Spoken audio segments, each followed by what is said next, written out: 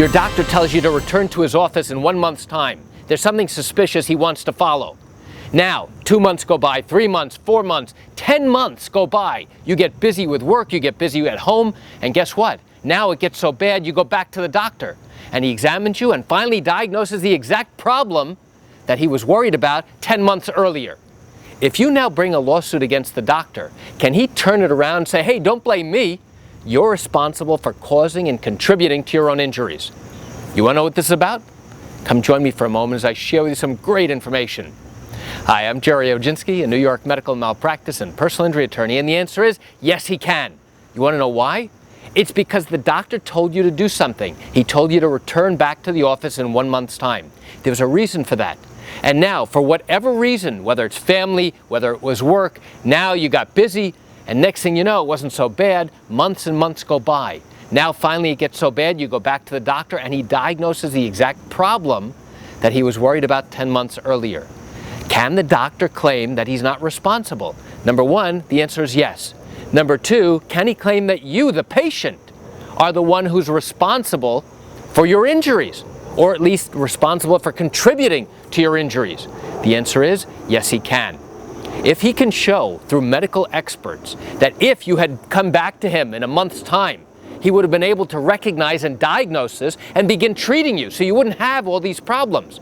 If he can do that, now you are at a significant disadvantage because now you're stuck.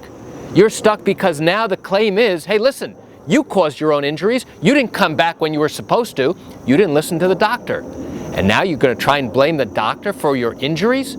That's not going to work. There is one thing that you might be able to argue, and that is that the doctor didn't have a system to recall you back to the office after that month goes by.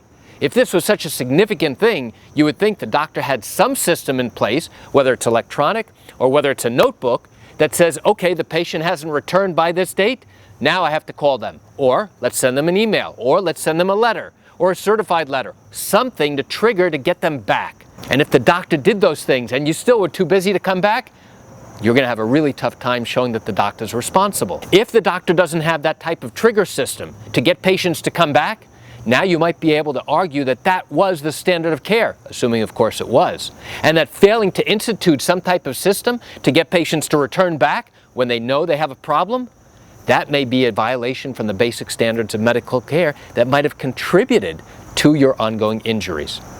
So why do I share this great information with you? I share it with you to give you an insight and an understanding into what goes on in these medical malpractice cases here in New York. You know, I understand you're watching this video because you have questions or concerns about your own matter. Well, if your matter did happen here in New York and you're thinking about bringing a lawsuit, but haven't done so yet because you still have questions that need answers, what I invite you to do is pick up the phone and call me. I can answer your legal questions. You know, this is something I do every single day and I'd love to chat with you. You can reach me at 516-487-8207 or by email at Gerry, Gerry, at oginski-law.com. That's it for today's video. I'm Gerry Oginski. Have a wonderful day.